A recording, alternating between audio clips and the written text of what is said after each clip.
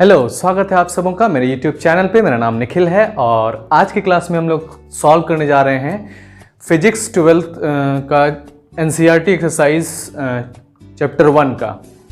तो चैप्टर 1 में हम लोगों ने क्वेश्चन 1 to 10 प्रीवियस वीडियोस में कर लिया है और क्वेश्चन 11th ऑनवर्ड्स हम लोग सॉल्व करने वाले हैं। तो क्वेश्चन नंबर 11th में क्या कहना है कि एक गिवन है आपका पॉलीथीन और वुल। पॉलीथीन को वुल के साथ क्या किया गया, रब किया गया, ठीक है। तो फ्रिक्शन हुआ, तो फ्रिक्शन के कारण क्या हुआ, चार्ज का ट्रांसफर हुआ। तो किस चार्ज का ट्रांसफर हुआ, तो वुल से पॉलीथीन में चार्ज ट्रांसफर हुआ। कौन सा चार्ज, तो नेगेटिव चार्ज। नेगेटिव चार्ज मतलब इलेक्ट्रॉन का ट्रांसफर। और कितने कूलम का चार्ज ट्रांसफर हुआ, तो उसका मैग्नीट्यूड गिवन है 3 × 10⁻⁷ कूलम।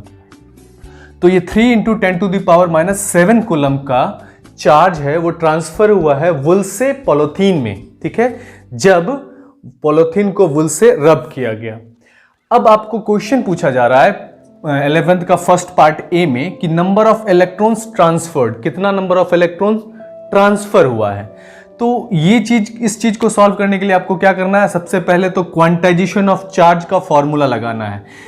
तो क्वांटाइजेशन ऑफ चार्ज का क्या होता है फॉर्मूला, Q = N × E, ठीक है, जिसमें N जो है वो नंबर ऑफ इलेक्ट्रॉन्स है और E क्या है, चार्ज ऑन इलेक्ट्रॉन्स। तो Q यहाँ पे गिवन है, Q कितना गिवन है, तो Q गिवन है 3 × 10⁻⁷ कूलम। और जो आपका E का वैल्यू होता है वो कितना होता है, वो होता है 1.6 × 10⁻⁹ कूलम। तो आपको क्या निकालना, नंबर ऑफ इलेक्ट्रॉन्स। तो N का वैल्यू क्या हो जाएगा, N = Q/E, ठीक है, जिसमें Q का वैल्यू कितना गिवन है, तो Q का वैल्यू गिवन है 3 × 10⁻⁷ कूलम।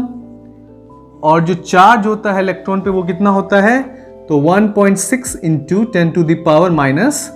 10⁻⁹ कूलम, ठीक है। तो नंबर ऑफ इलेक्ट्रॉन्स जो ट्रांसफर होगा वो कितना हो जाएगा, तो ये 10⁻⁹ जो है वो जब न्यूमरेटर पार्ट में जाएगा तो ये -19 + 19 हो जाएगा। So this value will become 3/1.6। ये 3/1.6 को एज इट इज लिख दो और जो आपका वैल्यू है ये 10⁻⁷ इसको एज इट इज लिख दो। तो सिर्फ चेंज क्या हुआ, जो 10⁻⁹ है ये न्यूमरेटर में जाके क्या हो जाएगा, +19, ठीक है। अब जो रेस्ट पार्ट है, जब भी आपका बेस सेम हो, मतलब 10 बेस सेम है और इसका पावर जो है वो क्या है, पावर डिफरेंट है, तो इसमें देखिए इनटू जब होता है तो पावर क्या होता है, ऐड हो जाता है। तो 19 - 7 कितना हो जाएगा, तो ये हो जाएगा 12। तो 3/1.6 × 10⁻12, ठीक है। अब जो 3/1.6 को जब आप सॉल्व करोगे तो जो ये वैल्यू है ये आ जाएगा कितना, तो ये आ जाएगा 1.87। ये वैल्यू आ जाएगा कितना, 1.87 × 10⁻12। तो इतना नंबर ऑफ इलेक्ट्रॉन्स जो है वो ट्रांसफर हुआ है, कहां से, तो इस वुल से इस पॉलीथीन में। तो ये वैल्यू क्या है, मिलियंस ट्रिलियंस में है, ठीक है। तो इतना मिलियंस और trillions electrons, lakhs and crores जो है वो इलेक्ट्रॉन ट्रांसफर हुआ है। और आपको पता है कि जो इलेक्ट्रॉन ट्रांसफर हुआ है, हर एक इलेक्ट्रॉन का क्या होता है, मास होता है। तो इसलिए जो पार्ट बी है क्वेश्चन नंबर 11 का, उसमें क्या कहना है कि इस वुल से इस पॉलीथीन में कितना मास ट्रांसफर हुआ है। तो चूंकि आपको पता है कि मास ऑफ इलेक्ट्रॉन जो होता है Me, उसका वैल्यू कितना गिवन है, तो वो वैल्यू हो जाता है आपका 9.1 × 10⁻31। तो एक इलेक्ट्रॉन का मास कितना होता है, 9.1 × 10⁻31 kg। तो जो ये मास का ट्रांसफर होता है 9.1 × 10⁻31 kg, ये कितना इलेक्ट्रॉन का मास है, तो एक इलेक्ट्रॉन का। तो आपका फर्स्ट पार्ट से कितना इलेक्ट्रॉन निकला है, n का वैल्यू, तो ये निकला 1.87 × 10⁻12। तो टोटल मास कितना ट्रांसफर हुआ वुल से पॉलीथीन में, तो टोटल मास जो है वो ट्रांसफर हो गया, total mass is equal to mass of number of electrons मतलब n और into mass of one electron that is Me। तो नंबर ऑफ इलेक्ट्रॉन्स कितना गिवन है, आप कितना निकला फर्स्ट पार्ट से, 1.87 × 10⁻12 निकला है। तो ये हो गया 1.87 × 10⁻12 और into mass of one electron कितना होता है, तो 9.1 into 10 to the power minus 31 kg। अब इसमें क्या है, जो पावर का वैल्यू है वो ऐड हो जाएगा क्योंकि इनटू है, तो -31 में 12 ऐड करने पे कितना होता है उसको लिख लेना है। तो 1.87 और इस 9.1 को पहले मल्टीप्लाई कर दो और ये -31 में 12 चला गया तो कितना हो गया, तो ये हो गया 21 और उसमें से 2 चला गया तो ये हो जाएगा 18। तो इसको जब सॉल्व करोगे तो ये आ जाएगा कितना, -10 टू द पावर माइनस 18 के लगभग। और जब इसको सॉल्व कर लोगे ये आ जाएगा 17 के लगभग, 19 ये 10 टू द पावर माइनस 19 हो जाएगा। जब इसको 1.87 को मल्टीप्लाई करोगे 9.1 से तो जो वैल्यू है वो आ जाएगा कितना, तो ये आ जाएगा 1.706 इंटू, और एक जो है ये आ जाएगा एक्चुअली में कितना, तो 17.06, ठीक है, into 10 to the power minus 19 kg, ठीक है। अब जब एक पॉइंट इधर शिफ्ट करोगे तो एक पावर रिड्यूस हो जाएगा, तो ये हो जाएगा 1.706 into 10 to the power minus 18 kg। तो जो वैल्यू आया आपका, कितना मास ट्रांसफर हुआ है इस वुल्सिस पॉलीथीन में, तो मास का वैल्यू है 1.706 into 10 to the power minus 18। तो इस क्वेश्चन में क्या करना था, इस क्वेश्चन में सिंपल ये कहा गया था कि वुल को पॉलीथीन के साथ रब किया गया जिससे नेगेटिव चार्ज ट्रांसफर हुआ, जिसका चार्ज का वैल्यू गिवन है 3 × 10⁻⁷ कूलम। तो आपको लगाना है क्वांटाइजेशन ऑफ चार्ज का फॉर्मूला जिसमें Q = Ne होता है। इसमें आपको Q का वैल्यू और E का वैल्यू पता है, आपको N निकालना है, मतलब नंबर ऑफ इलेक्ट्रॉन्स निकालना है। तो N ये E जो है ये Q के डिनोमिनेटर पार्ट में आ जाएगा, ये हो जाएगा Q/E। Q का वैल्यू गिवन है 3 × 10⁻⁷ कूलम और E का value 1.6 × 10 to the power minus 19 coulomb. जब इस वैल्यू को सॉल्व कर लोगे तो ये वैल्यू आ जाएगा 3/1.6 × 10 टू द पावर 12, और जो ये वैल्यू है इस 3/1.6 को सॉल्व करके आ जाएगा 1.87 × 10 टू द पावर 12। तो इतना नंबर ऑफ इलेक्ट्रॉन्स का ट्रांसफर हुआ। और चूंकि आपको पता है कि एक इलेक्ट्रॉन का मास होता है 9.1 × 10⁻31 kg, तो टोटल मास कितना हो जाएगा N × Me, और N का वैल्यू गिवन है 1.87 × 10 टू द पावर 12 और इंटू 9.1 × 10⁻31 kg। इसको सॉल्व करके वैल्यू आ जाएगा 1.706 × 10⁻18 kg। So this was question number 11. Next we will solve question number 12.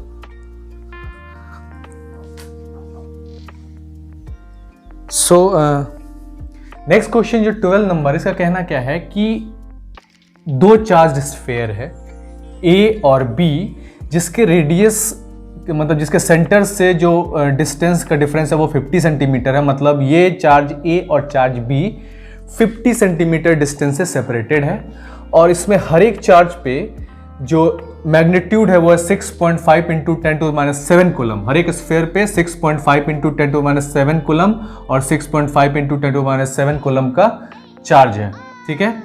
तो इस क्वेश्चन नंबर 12 में दो पार्ट है, पार्ट A और पार्ट B।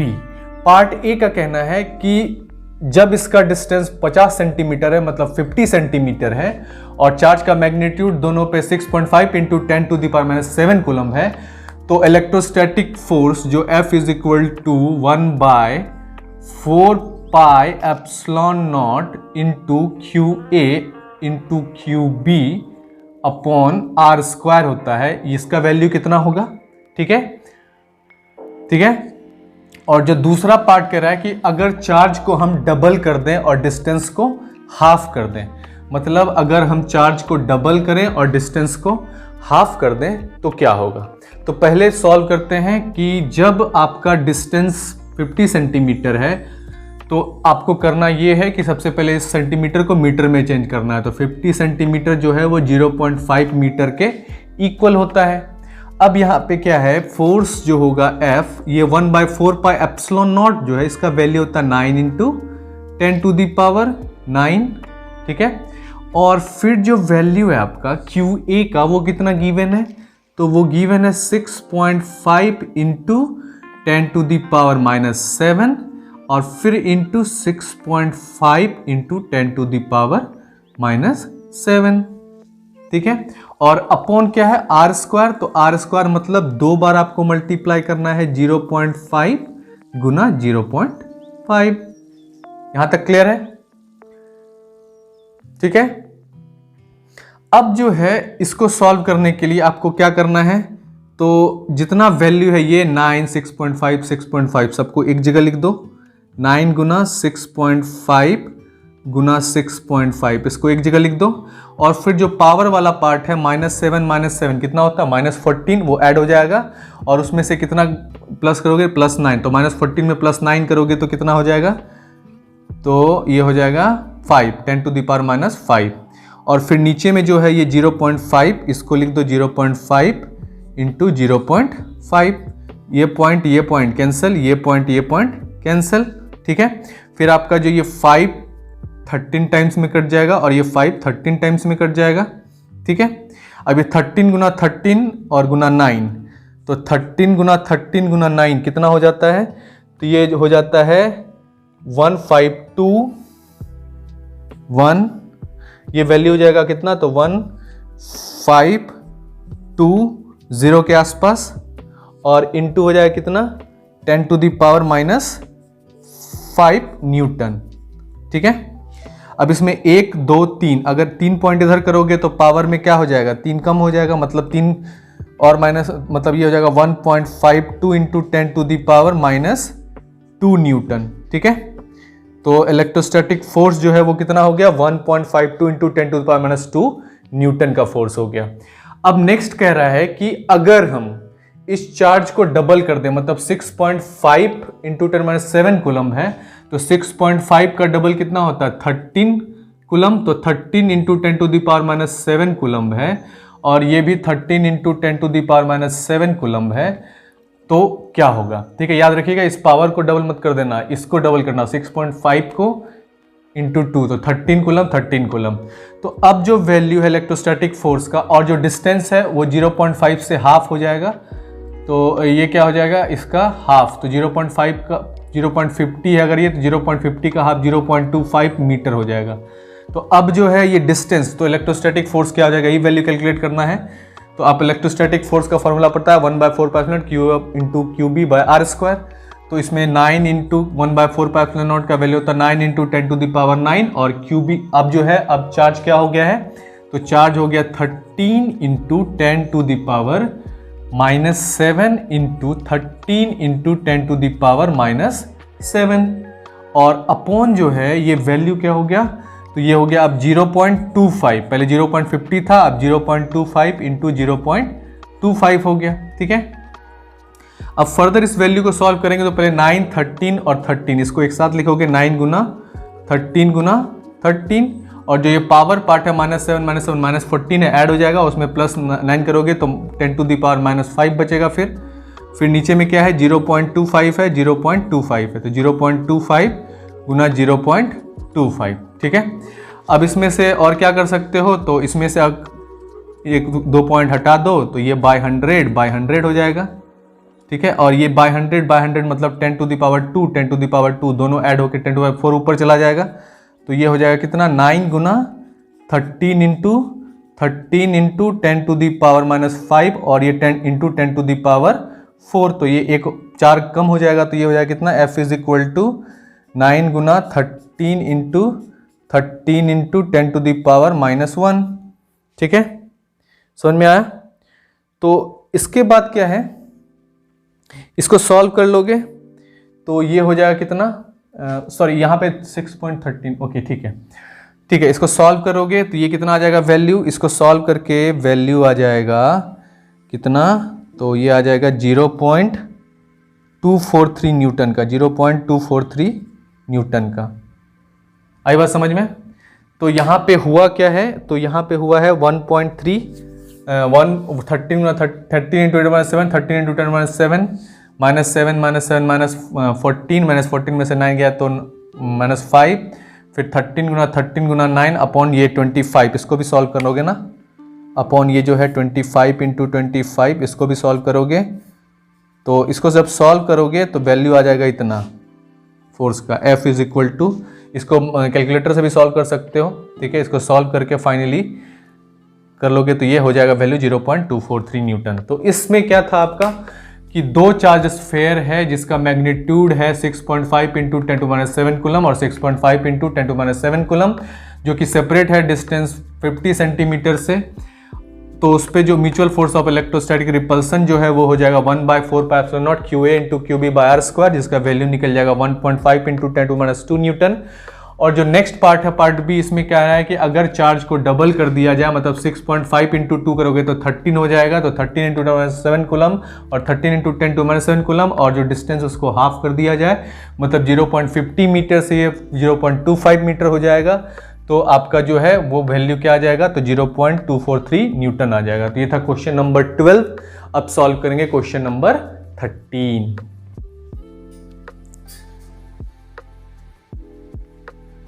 क्वेश्चन नंबर 13 में क्या है कि आपका दिया गया है क्या, दो चार्ज्ड स्फीयर, स्फीयर ए और स्फीयर बी, जिसका चार्ज गिवन है Q। तो Q चार्ज है स्फीयर ए पे और Q चार्ज है स्फीयर बी पे। अब क्या करते हैं, एक अनचार्ज्ड स्फीयर लाते हैं, स्फीयर सी, किसके कांटेक्ट में, स्फीयर ए के कांटेक्ट में।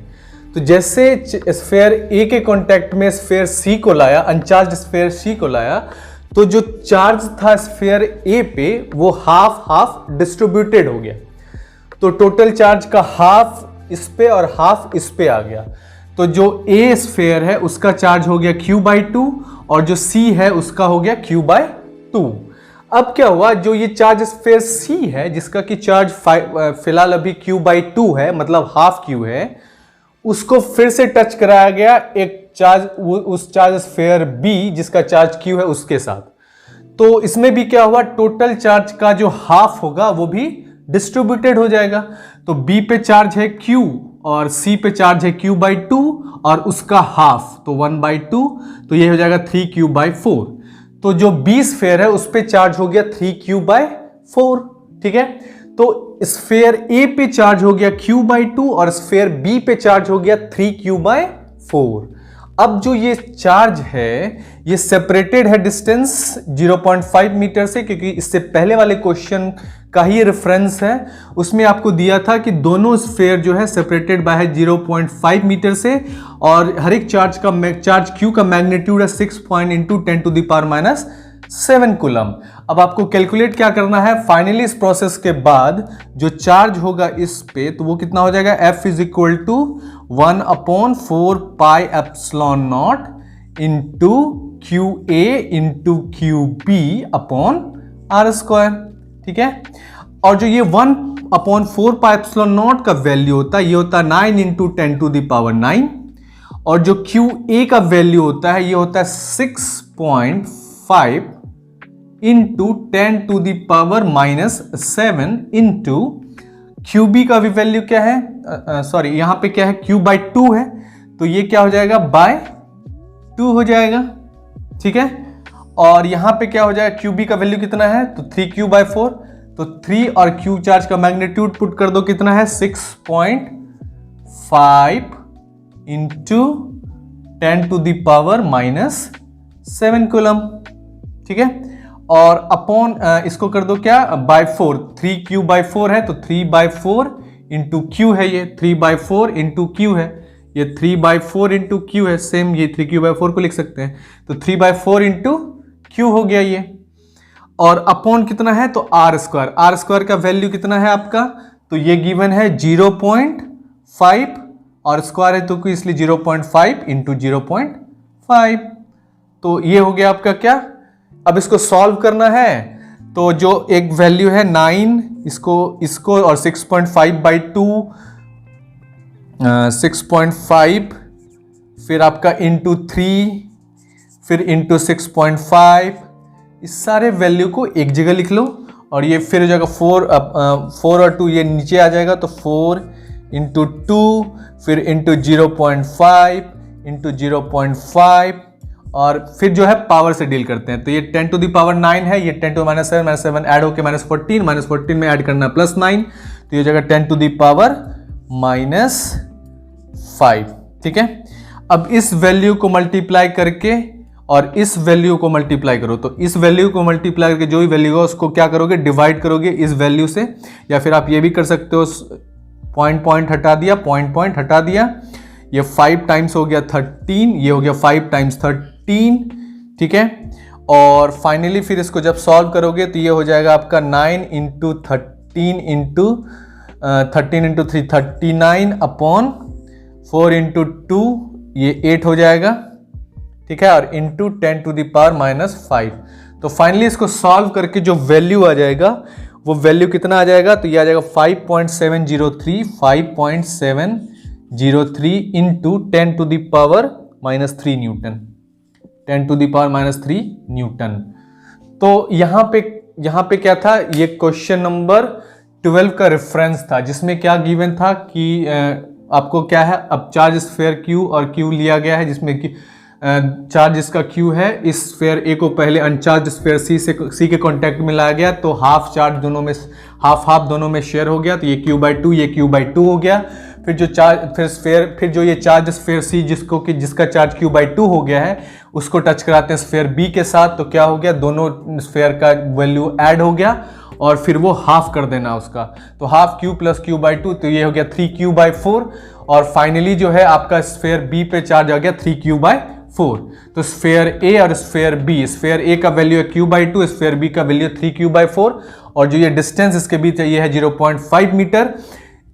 और जो Q का मैग्नीट्यूड है वो 12 एग्जांपल नंबर 12 से लिया गया, जो कि 6.5 इंटू 10⁻7 कूलम। इसको इस वैल्यू को बस यहाँ पे पुट कर देना है आपको।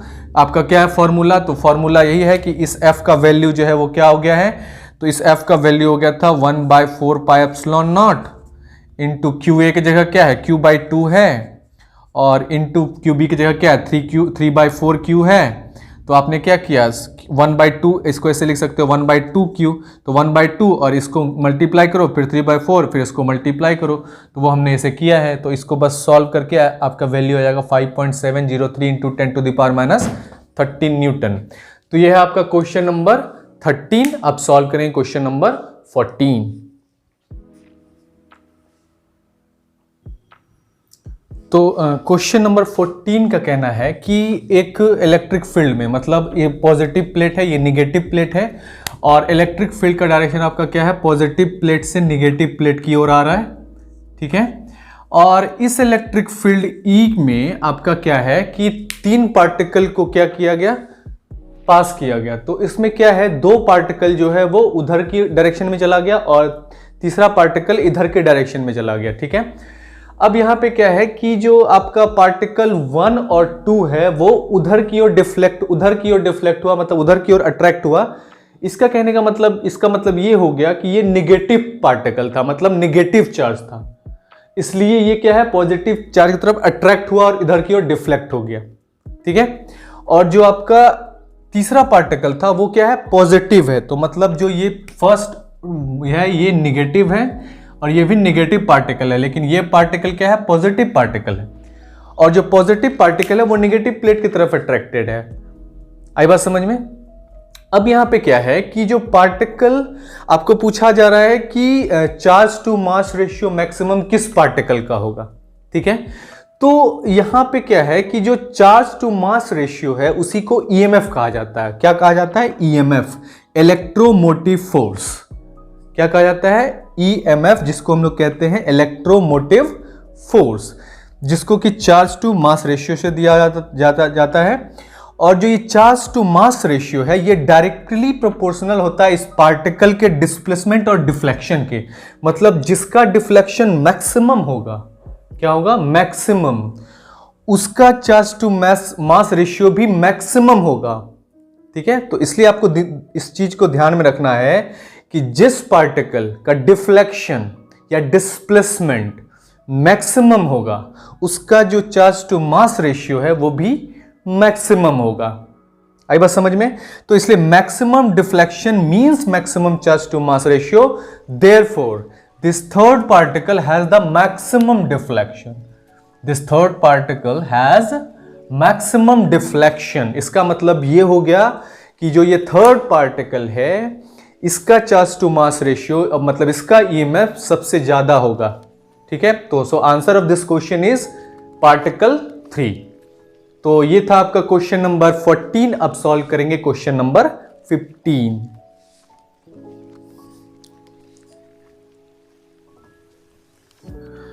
Okay, so question number 15 says uniform electric field है कितना, जिसका वैल्यू गिवन है 3 × 10⁻³ न्यूटन पर कूलम। ठीक है, तो इस यूनिफॉर्म इलेक्ट्रिक फील्ड का वैल्यू गिवन है 3 × 10⁻³ न्यूटन पर कूलम।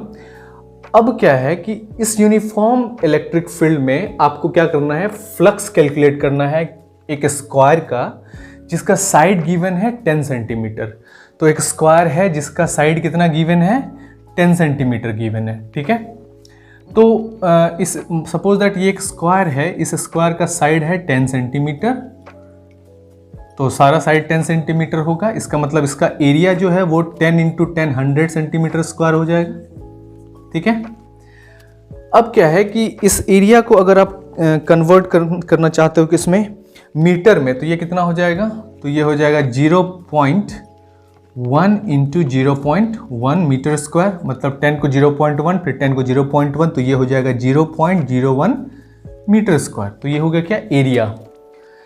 अब नेक्स्ट क्या है कि आपको कैलकुलेट क्या करना है, फ्लक्स थ्रू दिस स्क्वायर। तो इलेक्ट्रिक फील्ड का वैल्यू गिवन है, फ्लक्स एरिया गिवन है, और नेक्स्ट एक चीज है क्या, which is parallel to the Y Z plane. तो ये जो पैरेलल है वाई जेड प्लेन के, इसका मतलब क्या है कि जो थीटा का वैल्यू है वो 0 डिग्री है। कितना है थीटा का वैल्यू, तो थीटा का वैल्यू 0 डिग्री गिवन है। आई बात समझ में। अब जो ये थीटा का वैल्यू 0 डिग्री है, अब आपको कैलकुलेट क्या करना है, फ्लक्स, और फ्लक्स का वैल्यू होता है कितना, E × A cos 0 डिग्री, और cos 0 डिग्री का वैल्यू 1 होता है।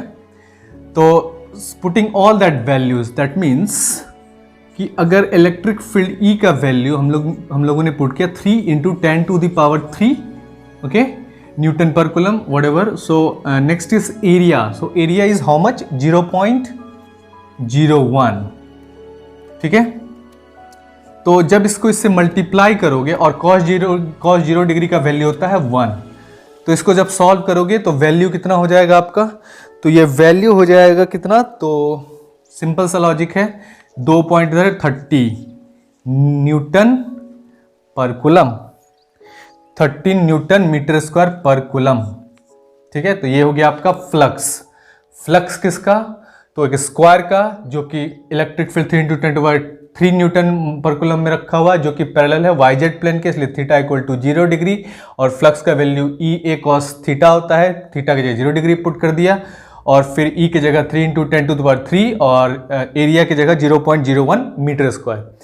अब नेक्स्ट क्या कह रहा है कि अगर इस थीटा की जगह 0 डिग्री ना हो कि ये 60 डिग्री एंगल पे अलाइन हो जाए, तो क्या होगा, तो कुछ नहीं होगा, बस सिंपल सा लॉजिक है कि जो फ्लक्स का वैल्यू है वो E × A cos 60 डिग्री हो जाएगा, और जो इलेक्ट्रिक फील्ड का वैल्यू है वो कितना गिवन है, तो 3 × 10⁻³, फिर एरिया जो गिवन है 0.01, फिर जो आपका cos 60 डिग्री का वैल्यू 1/2 होता है। तो बिफोर इतना का वैल्यू कितना निकला था, 30 निकला था, और जो ये हाफ है इससे कर दो डिवाइड, तो ये हो जाएगा कितना, 15 न्यूटन मीटर स्क्वायर पर कूलम। तो ये है पार्ट बी का। तो 15 नंबर क्वेश्चन का पार्ट ए का आंसर आया 30 न्यूटन मीटर स्क्वायर पर कूलम। ठीक है, और जो पार्ट बी है उसका आंसर आया कितना, 15 न्यूटन मीटर स्क्वायर पर कूलम। इसमें सिंपल सा लॉजिक है, एक बार थीटा 0 डिग्री है, एक बार थीटा 60 डिग्री, और cos 60 डिग्री का वैल्यू होता है 1/2। तो ये था आपका क्वेश्चन नंबर 15। अब सॉल्व करेंगे क्वेश्चन नंबर 16। अब क्वेश्चन नंबर 16 का क्या कहना है कि लास्ट क्वेश्चन नंबर 15 में था कि स्क्वायर था, अब इस क्वेश्चन नंबर 16 में क्या किया गया है कि क्यूब ले लिया गया है, और क्यूब का साइड कितना है, 20 सेंटीमीटर। अब यहाँ पे कहना ये है कि जो क्यूब है ना, उसका सारा फेस जो है वो पैरेलल है कोऑर्डिनेट एक्सिस के, और बेसिकली कोऑर्डिनेट एक्सिस 3 होता है, एक x, एक y, एक z। तो ये जो क्यूब है ना, इसका कोऑर्डिनेट एक्सिस सपोज दैट ये y है, और ये x है, और ये क्या है, z है। तो ये क्यूब का जो कोऑर्डिनेट एक्सिस है वो पैरेलल है। ठीक है, इस क्यूब का सारा फेस जो है वो पैरेलल है। ठीक ठीक है, कोऑर्डिनेट एक्सिस के। इसलिए जो नंबर ऑफ फील्ड लाइंस इस क्यूब में इंटर करेगा वो इक्वल होगा किसका, तो नंबर ऑफ फील्ड लाइंस, जो फील्ड लाइंस इंटर करेगा वो एग्जिट भी करेगा, इंटर करेगा और एग्जिट करेगा, इंटर करेगा और एग्जिट करेगा। इसका मतलब क्या हुआ कि इसके अंदर इलेक्ट्रिक फील्ड लाइंस नहीं है, तो जो जितना इलेक्ट्रिक फील्ड लाइंस इन होता है क्यूब में उतना ही इलेक्ट्रिक फील्ड लाइंस क्या होता है उस क्यूब से बाहर चला जाता है। तो इसलिए क्या है कि जो नेट फ्लक्स है, क्योंकि इलेक्ट्रिक फील्ड लाइंस है ही नहीं और फ्लक्स का फॉर्मूला होता है EA cos थीटा, तो यहाँ पे जो इलेक्ट्रिक फील्ड है वो इलेक्ट्रिक फील्ड का वैल्यू यहाँ पे क्या हो जाएगा, 0 हो जाएगा। तो इसलिए जो आपका फ्लक्स है उसका वैल्यू क्या हो जाएगा, 0 हो जाएगा। क्यों, क्योंकि नंबर ऑफ फील्ड लाइंस जो है वो क्या है, वो जितना इन कर रहा है उतना आउट कर रहा है, ठीक है। तो उस नेट एरिया में एक भी इलेक्ट्रिक फील्ड लाइंस रुक नहीं रहा है, तो इसलिए जो नेट फ्लक्स होगा उस क्यूब के थ्रू वो क्या हो जाएगा, 0 हो जाएगा, ठीक है।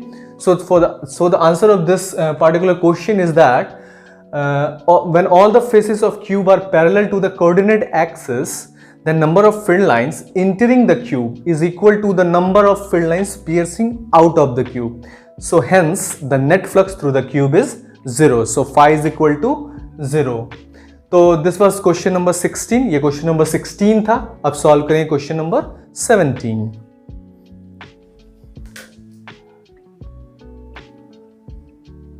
तो नेक्स्ट क्वेश्चन जो 17 है, इसका कहना क्या है कि एक ब्लैक बॉक्स गिवन है और इस ब्लैक बॉक्स में net outward flux through the surface of this black box जो है वो कितना गिवन है, 8 × 10⁻³ न्यूटन मीटर स्क्वायर पर कूलम।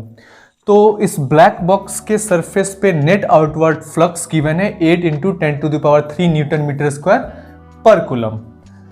अब इसमें दो पार्ट है क्वेश्चन का। तो फर्स्ट पार्ट में क्या कह रहा है कि net charge inside the box क्या होगा, ठीक है, net charge inside the box क्या होगा।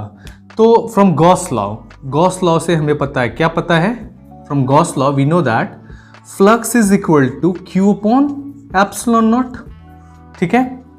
और इस पे फ्लक्स का वैल्यू गिवन है और एप्सिलॉन नॉट तो इलेक्ट्रिकल परमिटिविटी होता है और इसका वैल्यू आपको पता ही है।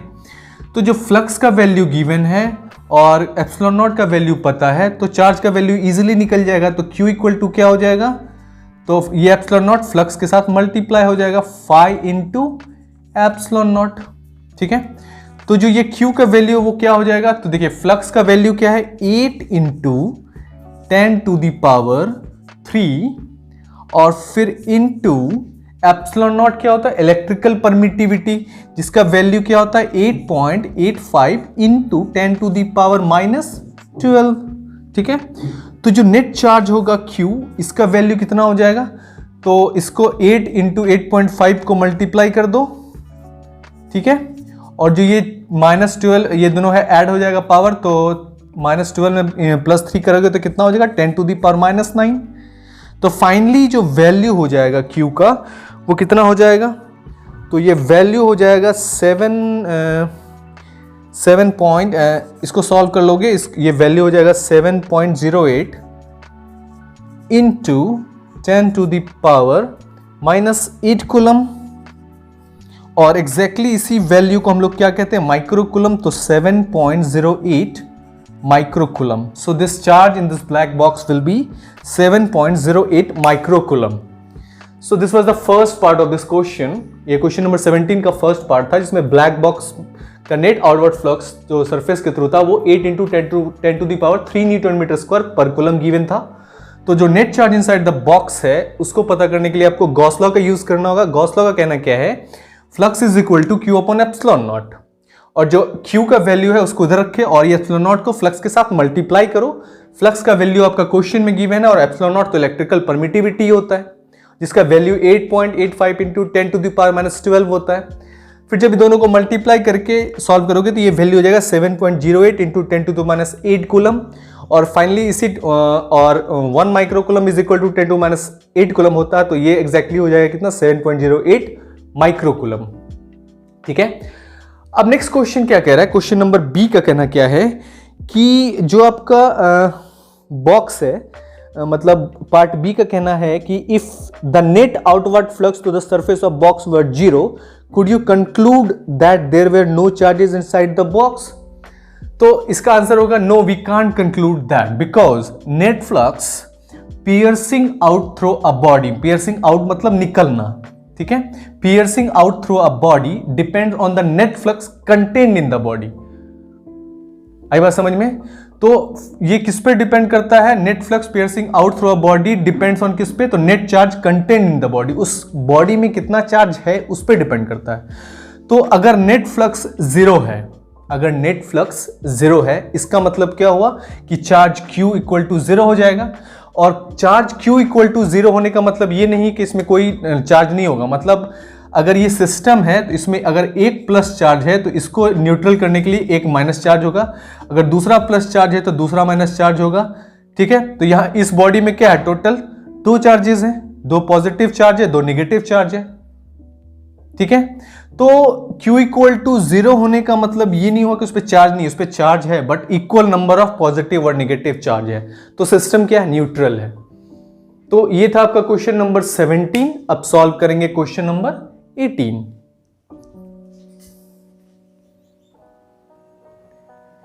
अब क्वेश्चन नंबर 18 का कहना क्या है कि एक स्क्वायर के जस्ट 5 सेंटीमीटर अबव में Q रखा हुआ, 10 माइक्रोकूलम का एक चार्ज रखा हुआ है, ठीक है।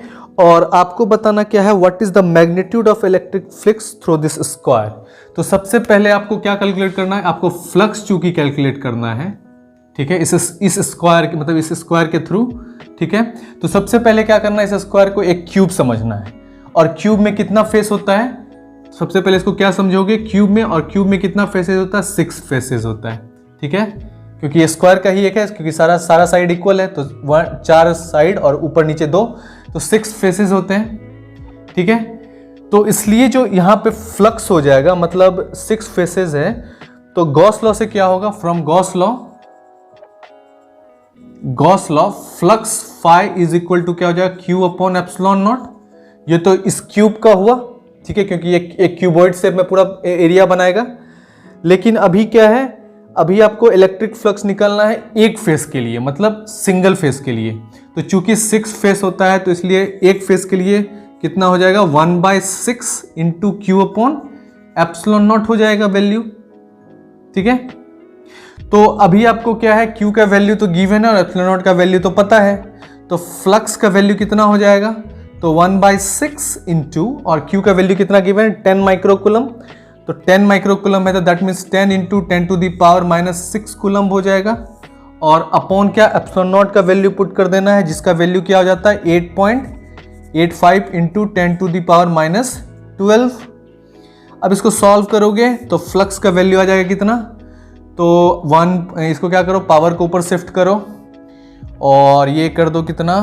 तो 10 को इसके साथ कर दोगे तो ये 10 टू द पावर -5 बचेगा उधर, और ये -12 ऊपर जाएगा तो ये +12 हो जाएगा, और इधर एग्जैक्टली कितना बच गया? तो इधर बच गया आपका 1/6 इंटू 8.85। इसको मल्टीप्लाई करके 1 से डिवाइड करो, जितना ही वैल्यू आएगा। अब यहाँ पे पावर जो है वो कितना हो जाएगा? ये हो जाएगा 10 टू द पावर 12 में से -5 गया तो कितना हो गया? 7। तो यहाँ 7 हो गया, और इनटू इसको सॉल्व करके जो वैल्यू आ जाएगा कितना आ जाएगा? इसको सॉल्व करके कुछ वैल्यू आएगा, तो फाइनल जो आंसर हो जाएगा आपका वो कितना आ जाएगा? तो ये आंसर आ जाएगा कितना? 1.88 into 10 to the power 5, 1.88 into 10 to the power 5 newton metre square पर कूलम, ठीक है। तो ये है आपका फाइनल आंसर। तो इसमें क्या है कि एक स्क्वायर के जस्ट 5 सेंटीमीटर अबव एक चार्ज रखा हुआ है, आपको कैलकुलेट करना है फ्लक्स थ्रू दिस सरफेस। तो इस स्क्वायर को मान लेना है क्यूब में 6 फेसेस होते हैं, तो गॉस लॉ से हमको क्या है गिवन है formula phi is equal to Q upon epsilon naught, और flux is equal to 1/6 Q upon epsilon naught, जिसमें Q का वैल्यू जो है वो 10 माइक्रोकूलम गिवन है, जो कि इक्वल होगा 10 into 10 to the power -6 coulomb के, और जो एप्सिलॉन नॉट है वो इलेक्ट्रिकल परमिटिविटी, जिसका वैल्यू 8.85 गुना 10 टू -12 होगा, और इसको 1/6 करना है। तो फाइनली इसको सॉल्व करके जो वैल्यू आ जाएगा 1.88 into 10 to the 5 newton metre square पर कूलम हो जाएगा। तो ये था क्वेश्चन नंबर 18। अब सॉल्व करेंगे क्वेश्चन नंबर 19। तो क्वेश्चन नंबर 19 का कहना है कि एक क्यूबिक गॉसियन सरफेस है। ये क्या है? एक क्यूबिक गॉसियन सरफेस है, और इस क्यूबिक गॉसियन सरफेस में सेंटर पे 2 माइक्रोकूलम का चार्ज रखा है और इस क्यूब का एज का जो लेंथ है वो 9 सेंटीमीटर है। ठीक है, तो जो नेट इलेक्ट्रिक फ्लक्स होगा इस सरफेस से वो क्या हो जाएगा, flux is equal to Q upon epsilon naught, और जो 2 माइक्रोकूलम है उसका वैल्यू हो जाएगा 2 इंटू 10⁻⁻6 कूलम का। ठीक है, और जो इलेक्ट्रिकल परमिटिविटी है उसका वैल्यू होता है 8.85 इंटू 10⁻⁻12। ठीक है, जब इस वैल्यू को सॉल्व करोगे तो फ्लक्स का वैल्यू कितना हो जाएगा, तो ये हो जाएगा 2/8.85 गुना, और ये 10⁻12 ऊपर चला जाएगा तो ये क्या कितना बचेगा, +12 में -6 जाएगा तो 6 बचेगा, और 2/8.5 को सॉल्व करके जो वैल्यू आ जाएगा वो आ जाएगा कितना, तो 2.26 इंटू 10⁻5, और ये जगह न्यूटन मीटर स्क्वायर, और ये पर कूलम। तो ये हो गया फ्लक्स का वैल्यू। तो net electric flux through this cubic Gaussian surface will be 2.26 into 10⁻5 newton metre square पर कूलम। इसमें कुछ नहीं था, बस एक गॉसियन सरफेस था, इसके सेंटर पे 2 माइक्रोकूलम का चार्ज रखा हुआ, और इस क्यूबिक का जो एज है वो 9 सेंटीमीटर का है। आपको नेट इलेक्ट्रिक फ्लक्स कैलकुलेट करना है इस सरफेस के थ्रू, तो फ्लक्स का जो फॉर्मूला होता है गॉस लॉ से वो होता है flux is equal to Q upon epsilon naught, जिसमें क्यू का वैल्यू गिवन है 2 माइक्रोकूलम, और 2 माइक्रोकूलम को कूलम में चेंज करेंगे तो 2 इंटू 10⁻6 कूलम हो जाएगा, और जो एप्सिलॉन नॉट का वैल्यू है वो 8.85 इंटू 10⁻12 हो जाएगा। तो इसको वैल्यू को पुट करने के बाद जो है इसको सॉल्व करोगे आप, तो आपको जो वैल्यू है 10⁻12 ऊपर चला जाएगा, 10⁻+12 हो जाएगा, और 12 में -6 करोगे तो ये 10⁻6 बचेगा, और ये 2/8.85 का वैल्यू 2.26 इंटू 10⁻5, इसको पूरे सॉल्व करके ये वैल्यू आ जाएगा। तो ये है आपका क्वेश्चन नंबर 19। अब सॉल्व करेंगे क्वेश्चन नंबर 20।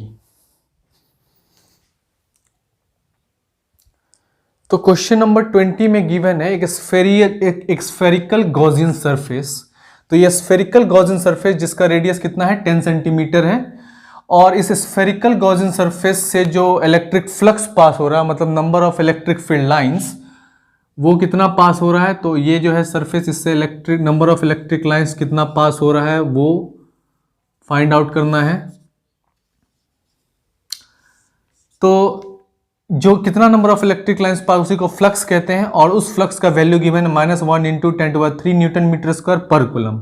ठीक है, अब इसका कहना है कि अगर रेडियस आर को डबल कर दिया जाए, रेडियस आर को अगर 10 सेंटीमीटर से अब रेडियस जो है 20 सेंटीमीटर कर दिया जाए तो क्या फर्क पड़ेगा। सपोज दैट कि पहले रेडियस था कितना, तो यहाँ तक मान लो क्या 10 सेंटीमीटर था, अब क्या डबल कर दिया गया, इसको यहाँ से बढ़ा के यहाँ से लेके यहाँ तक क्या कर दिया, 20 सेंटीमीटर कर दिया। तो यहाँ से यहाँ तक है 10 सेंटीमीटर, और यहाँ से यहाँ तक है 20 सेंटीमीटर।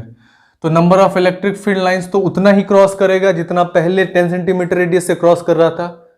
तो इसलिए चूंकि number of electric field lines उतना ही क्रॉस करेगा, तो इसलिए जो फ्लक्स में है वो कोई चेंज नहीं होगा, और फ्लक्स का वैल्यू जो है वही रह जाएगा -1 इंटू 10⁻³ न्यूटन मीटर स्क्वायर पर कूलम। ठीक है, तो इसलिए there will be no change in the electric flux. और पार्ट बी में क्या कहना है कि value of this point charge. तो इस पॉइंट चार्ज का वैल्यू क्या होगा, फ्लक्स तो आपको गिवन है -1 इंटू 10⁻³ न्यूटन मीटर स्क्वायर पर कूलम, और एप्सिलॉन नॉट तो पता है, इसलिए क्यू का वैल्यू क्या हो जाएगा आपका, तो फ्लक्स इंटू एप्सिलॉन नॉट, और ये फ्लक्स का वैल्यू कितना गिवन है, तो ये गिवन -1 इंटू 10⁻⁻⁻⁻⁻3, और जो एप्सिलॉन नॉट इलेक्ट्रिकल परमिटिविटी उसका वैल्यू गिवन है 8.85 इंटू 10⁻⁻12। ठीक है, तो इस वैल्यू को सॉल्व करना है, तो ये वैल्यू जो है -8.85 और इंटू 10⁻⁻9 कूलम्ब हो जाएगा, और एग्जैक्टली इसी वैल्यू को क्या कहते हैं, नैनो कूलम्ब। तो ये हो जाएगा -8.85 नैनो कूलम्ब। तो इसमें क्या है, वैल्यू ऑफ पॉइंट चार्ज कितना, 8.85 नैनो कूलम्ब। तो ये था क्वेश्चन नंबर 20। अब सॉल्व करें क्वेश्चन नंबर 21। तो क्वेश्चन नंबर 21 का कहना है कि एक चार्ज स्फेयर है, ठीक है, जिसका रेडियस है 10 सेंटीमीटर, और इस चार्ज स्फेयर पे मान लो ये चार्ज स्फेयर है, और इस स्फेयर पे, इस स्फेयर से 20 सेंटीमीटर, इसके सेंटर से 20 सेंटीमीटर, मतलब रेडियस 10 सेंटीमीटर यहाँ तक, फिर यहाँ से 10 सेंटीमीटर।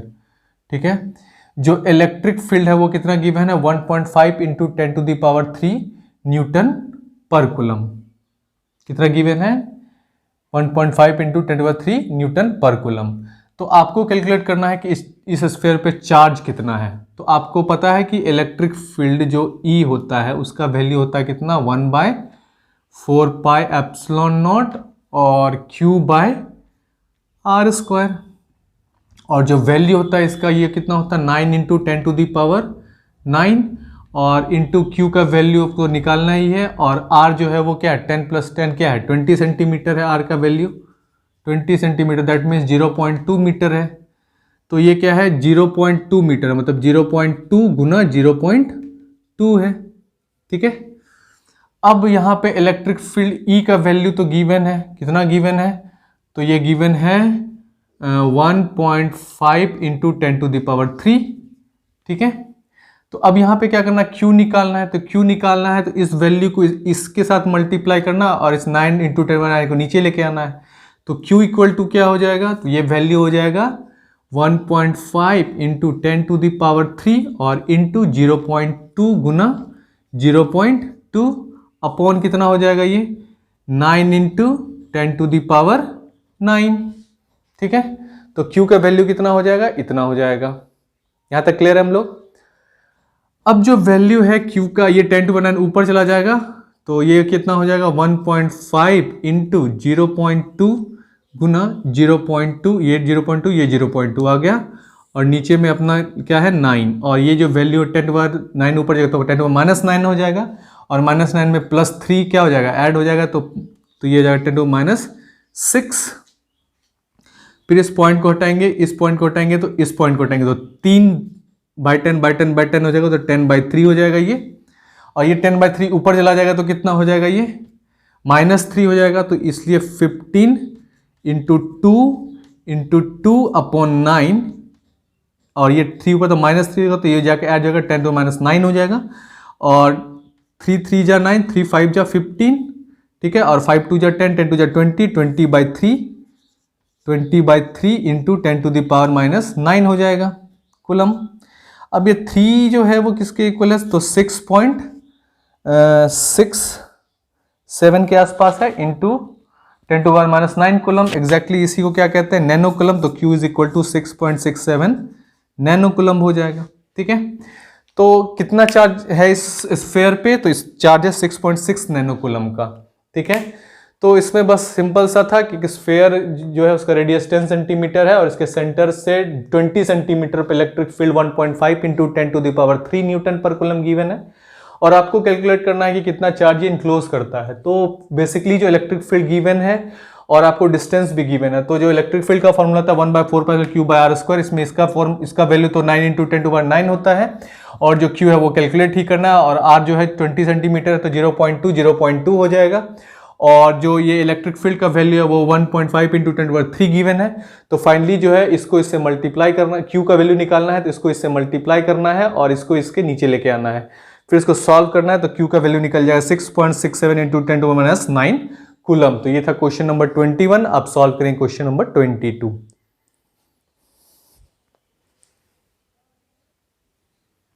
तो क्वेश्चन नंबर 22 में क्या है कि एक स्फीयर गिवन है जिसका रेडियस है, जिसका डायमीटर गिवन है 2.4, इसका हम लोग रेडियस लिख लिया 1.2 मीटर, और इसका सरफेस चार्ज डेंसिटी जो है, इसका सरफेस चार्ज डेंसिटी आपका गिवन कितना है, वो गिवन है 80 micro coulomb per metre square. तो अब इस सरफेस चार्ज डेंसिटी जिसका value 80 micro coulomb per metre square है, इसको हम लोग को चेंज कर लेना है किसमें, कूलम में। तो 80 इंटू 10⁻6 कूलम मीटर स्क्वायर हो जाएगा, सिर्फ 10⁻6 से मल्टीप्लाई कर देना।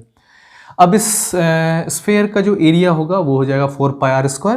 ठीक है, और तो इसलिए जो है आपका जो सरफेस चार्ज डेंसिटी होता है डेल, इसका जो फॉर्मूला होता है कंटिन्यूस चार्ज डिस्ट्रीब्यूशन से, वो कितना होता है, तो Q/A होता है, और del is equal to Q/A होता है। तो आपको निकालना क्या है, Q निकालना है यहाँ पे। तो Q का वैल्यू जो है वो क्या हो जाएगा, डेल इंटू A हो जाएगा, और ये डेल इंटू A लिखने के लिए क्या है आपको, तो सिंपल है, डेल का वैल्यू जो गिवन है 80 इंटू 10⁻6 वो लिख दिया हमने यहाँ पे। ठीक है, उसके बाद आपका क्या है, एरिया निकालना है तो एरिया की जगह पे क्या 4 पाई आर स्क्वायर लिखना है, तो 4 लिख दिया, पाई लिख दिया, पाई का वैल्यू 3.14 होता है और आर स्क्वायर मतलब 1.2 इंटू 1.2। अब इस वैल्यू को पहले इसको सबको मल्टीप्लाई करके इसको सॉल्व कर लोगे सही से, तो ये वैल्यू आ जाएगा 1.447 इंटू 10⁻³ कूलम। तो जो ये स्फेयर है ये कितना चार्ज है इस पे, तो 1.447 इंटू 10⁻³ कूलम। अब क्या है कि इस चार्ज के कारण नेट फ्लक्स कितना होगा, तो इस चार्ज Q के कारण जो नेट फ्लक्स हो जाएगा फाई, वो हो जाएगा Q/ε0। ठीक है, नेट फ्लक्स क्या हो जाएगा, Q/ε0 हो जाएगा। और जो ये फ्लक्स का वैल्यू है वो कितना गिवन है, Q का वैल्यू कितना गिवन है 1.447 इंटू 10⁻³ कूलम। ठीक है, और ε0 का वैल्यू 8.85 इंटू 10⁻12। ठीक है, अब इस वैल्यू को चेंज कर लोगे तो जो नेट फ्लक्स होगा इस स्फीयर का वो हो जाएगा 1.63 इंटू 10⁸ न्यूटन पर कूलम मीटर स्क्वायर। तो ये यहाँ पे नेट फ्लक्स जो है उसका वैल्यू आ गया आपका इतना 1.63 इंटू 10⁸ न्यूटन पर कूलम मीटर स्क्वायर, और जो सरफेस चार्ज डेंसिटी है उसके थ्रू हम लोग को Q का वैल्यू मिल गया। तो ये था आपका क्वेश्चन नंबर 22। अब सॉल्व करें क्वेश्चन नंबर 23।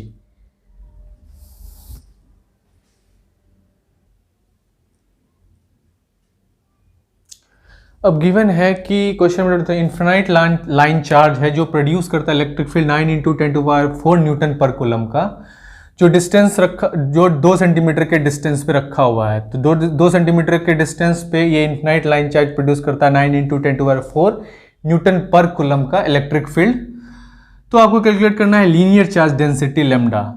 अब यहाँ इसको लेमडा फाइंड आउट करने के लिए आपको यूज करना पड़ेगा जो कंटिन्यूस चार्ज डिस्ट्रीब्यूशन में हम लोग डिराइव किया था लाइन चार्ज के कारण इलेक्ट्रिक फील्ड, जो कि जिसका की वैल्यू क्या था, E is equal to lambda upon 2 pi epsilon naught R, 2 pi epsilon naught into R. ठीक है, तो आपको ये जो लेमडा है लीनियर चार्ज डेंसिटी, इसी को कैलकुलेट करना है। इसको कैलकुलेट करने के लिए आपको क्या लिखना पड़ेगा, लेमडा इज इक्वल टू ये इलेक्ट्रिक फील्ड E और into 2 pi epsilon naught R. ठीक है, तो इस लेमडा का वैल्यू जो है इलेक्ट्रिक फील्ड का वैल्यू कितना गिवन है, तो 9 इंटू 10⁴ इंटू 2 इंटू पाई का वैल्यू कितना गिवन है 3.14 इंटू एप्सिलॉन नॉट का वैल्यू कितना गिवन है 8.85 गुना 10⁻⁻12, और जो R का वैल्यू गिवन है वो कितना गिवन है, तो वो गिवन है 0.02 मीटर। ठीक है, अब इस वैल्यू को सॉल्व करना मेन चैलेंज है। तो इसको सॉल्व करके आपको मिल जाएगा कितना वैल्यू, तो लेमडा को अगर सॉल्व करोगे तो ये पहले 9 जितना भी ये value 9 into 2 into 3.14 into 8.85 into 0.02, इसको एक साथ लिख लो, और जो पावर है वो इंटू है तो प्लस हो जाएगा, तो ये इंटू 10⁻, ये 4 है ये -12 है, तो ये कितना बच जाएगा 10⁻⁸ बच जाएगा। ठीक है, अब जब इसको मल्टीप्लाई कर लोगे और इसको सॉल्व कर लोगे तो जो वैल्यू है वो कितना आ जाएगा आपका, ये आ जाएगा 10⁻, ये वैल्यू कितना आ जाएगा, ये वैल्यू आ जाएगा 10⁻, 10 इंटू 10⁻, कितना, तो ये अप्रोक्सीमेटली आ जाएगा 10⁻⁶ कूलम के, मतलब 10 माइक्रो कूलम के आसपास। ठीक है, ये 10 माइक्रो कूलम इसका आंसर हो जाएगा। तो इसमें क्या करना था आपको, लीनियर चार्ज डेंसिटी कैलकुलेट करना था एक इनफाइनाइट लाइन चार्ज कारण जो 2 सेंटीमीटर पे इलेक्ट्रिक फील्ड प्रोड्यूस करता है 9 इंटू 10⁴ न्यूटन पर कूलम का। तो लीनियर चार्ज डेंसिटी निकालने के लिए आपको इलेक्ट्रिक फील्ड का formula E is equal to lambda by 2 pi epsilon naught R, जो कि हम लोगों ने कॉन्टिन्यूस चार्ज डिस्ट्रीब्यूशन में डिराइव करा था। तो लेमडा यहाँ रखना है, बाकी सबको मल्टीप्लाई कर देना है। इसको मल्टीप्लाई करके सॉल्व करोगे तो वैल्यू हो जाएगा 10⁻⁶ कूलम, जो कि 10 माइक्रो कूलम हो जाएगा ये। ठीक है, तो ये है आपका क्या, ये है लीनियर चार्ज डेंसिटी। ये था क्वेश्चन नंबर 23। अब सॉल्व करेंगे इस एक्सरसाइज का लास्ट क्वेश्चन जो है क्वेश्चन नंबर 24।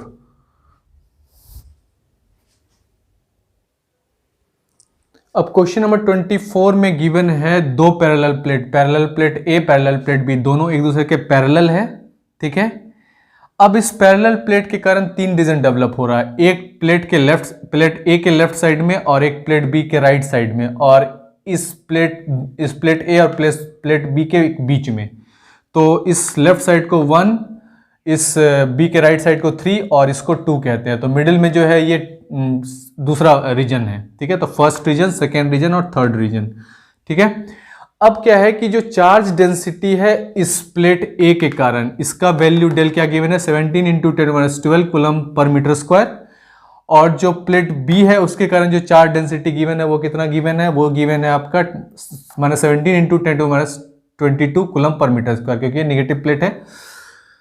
अब चार्ज जो है वो इस रीजन में और इस रीजन में तो इंक्लोज नहीं हुआ है, इस दोनों का जो बीच वाला रीजन है, इस दोनों प्लेट के कारण इसी बीच में चार्ज इंक्लोज हुआ है।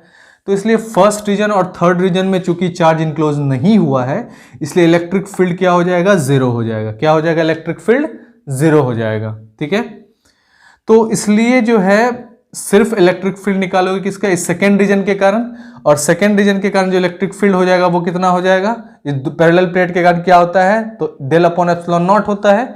और डेल का वैल्यू गिवन है, मैग्नीट्यूड लेना तो 17 इंटू 10⁻22 और अपॉन एप्सिलॉन नॉट जो इलेक्ट्रिकल परमिटिविटी उसका वैल्यू होता है 8.85 इंटू 10⁻12। और इसको जब सॉल्व करेंगे ये -12 ऊपर जाएगा तो +12 हो जाएगा, और -22 में +12 चला जाएगा तो वो -10 हो जाएगा।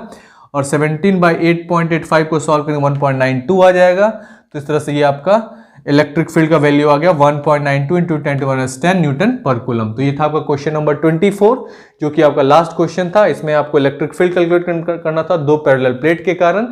और इसमें क्या है, फर्स्ट रीजन और थर्ड रीजन में चार्ज इंक्लूज चूंकि नहीं हुआ तो इलेक्ट्रिक फील्ड जीरो होगा, लेकिन इस बीच में जो इलेक्ट्रिक फील्ड है उसका वैल्यू हो जाएगा कितना, 1.92 इंटू 10⁻10 न्यूटन पर coulomb. So this was your NCERT exercise chapter 1 electric charges and field, and we have solved each and every question of NCERT exercise 1. So in the next class we will solve the chapter 2 exercise. So thank you so much. See you in the next class, and all the very best for your exam. And please do like and subscribe the channel so that you can get regular updates on your YouTube channel. So thank you so much. Bye bye. See you in the next class.